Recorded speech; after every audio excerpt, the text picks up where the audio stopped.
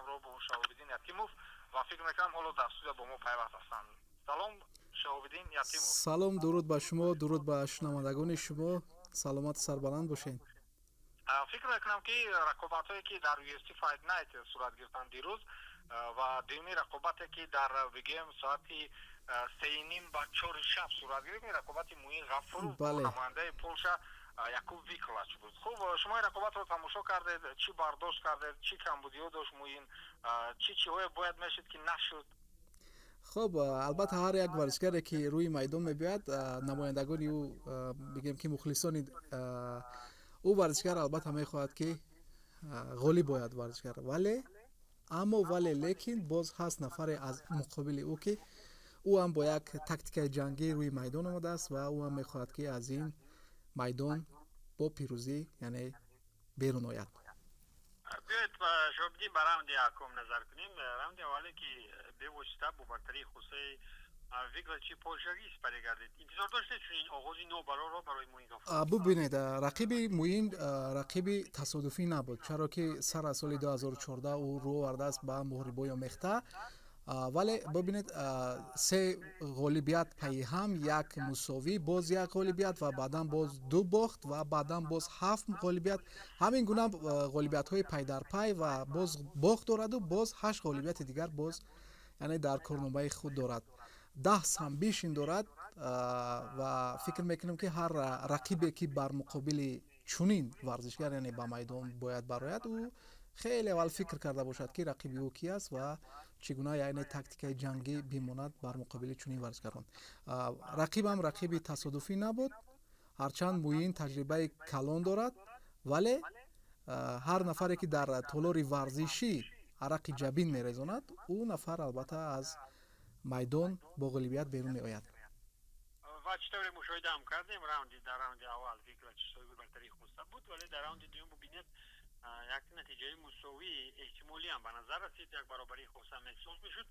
خب اینجا میتوان گفت که بودن این نفرانی نامداره، چون میرفت ولیشویلی در کنار موین غفورov تا جایی برایش کمک کرد که او رفتی رقابت را سر از راوند دوم دیگر کند. میدونیم ایمانبک بعضا وقت بسیار نفران میگویند که یعنی برآمد کردن در بیرون آسان‌تر است از اونی که در داخل میدان یعنی برآمد کردن. یعنی نمیدونم تا کجا من تونستم فهماندم به شما، ولی میگویم که هر نفر به خود یک تاکتیک جنگی میآموزد. مثلا سالها و اینکه ماها یعنی کوشش و زحمت میکشد، اما ولی لیکن میگم باز از اون طرف هم نفری است که بر مقابل تو تاکتیک‌های خود را دارد و او هم میخواهد که از این نبرد و اینجا یک مبلغ هنگفت هم بود.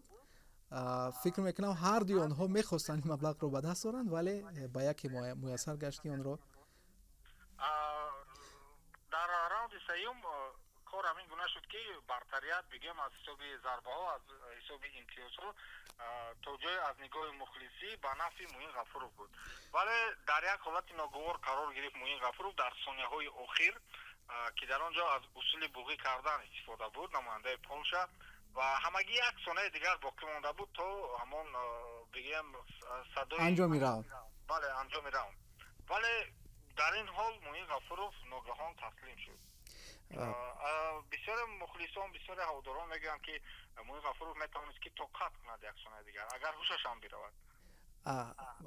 باز همون سخنی بالا تکرار نشود. مخلصان بسیار چیزها رو میخواند، اما در میدان برآمد کردن این کاری سهل و آسان نیست. موین هم نفری نیست که مثلا دیروز از درونی بگیم تالار ورزشی برآمده باشد و در اکتاگون UFC برآمد کرده باشد. و اگر یاد داریم از سامبو بیروزی خوجازاده بیش از 30 ثانیه مونده بود تا به انجام یعنی نبرد و او بله او توانست، ولی شاید اون دیگر است اینجا دیگر است. اون دست بود اینجا همون رگ و پیوندهایی که در مینه سر و باز همون در دل و در همه جا که بود او همه جهت او رو یعنی به فشار آورده بود و رقیبم ببینید که 10 تا سامبیشن دارد و او علاقه خیلی تجربه کلان دارد در بگیم از اصول بله در از اصول گلیاتینا او خیلی کار خوب میگیرد و میتواند که رقیب را به ناکامی دچار سازد. برای او فرق نبود که او اگر ним сония дига ҳам мемонд вай аллакай кори муинҷон ҳал шуда буд унҷо. акрун дар мавриди ояндаи муин чӣ гуфта метавонем? Масалан дар 5 рақобате ки баргузор кард дар UFC дар 3 та шикаст бурда, фақат 2 ғолибият дорад. дар нисбати ӯ чӣ қазоат мекарда бошанд? ҳоло масалан ягон хулосаи расмӣ аз ҷониби ташкилоти размии UFC дар нисбати ӯ набаромадааст?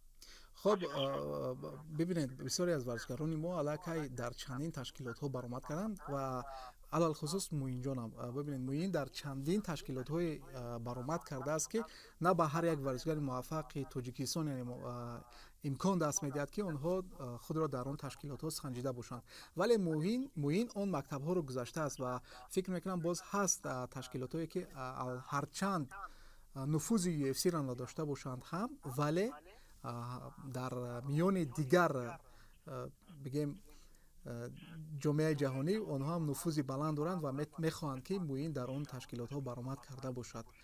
саломат бошед шаҳобиддин яхтимов нафаре буданд ки умуман рақобатҳои ММА-ро дар фазои варзиши тоҷикистон ба таври касбӣ таҳлил карда метавонанд ва ташаккури зиёд мегӯям ки бо мо дар тамос буданд ва мо мавзӯи худро идома медиҳем. саломат бошед. хоб дӯстон, ҳамин гуна буд як таҳлили коршиносони соҳаи варзиш оиди набарди муинҷон ғафуров ва фикр мекунам муин албатта барои боз ҳам муваффақтар гаштан ва боз барои намедонам пешрафт кардан дар соҳаи ММА-и ҷаҳонӣ бояд менеҷерҳо ва ҳамон нафароне ки барои ӯ рақиб меҷӯянд, яъне скаутҳои бақувватро яъне гирди худ ҷамъ биёрад ва метавонад албатта мо аз муин бисёр бовариҳои калон дорем ки ӯ метавонад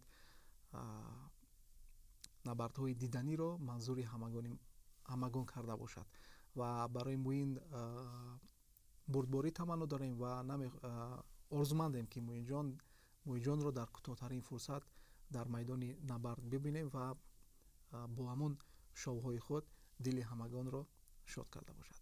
тоҷикистон ба пеш.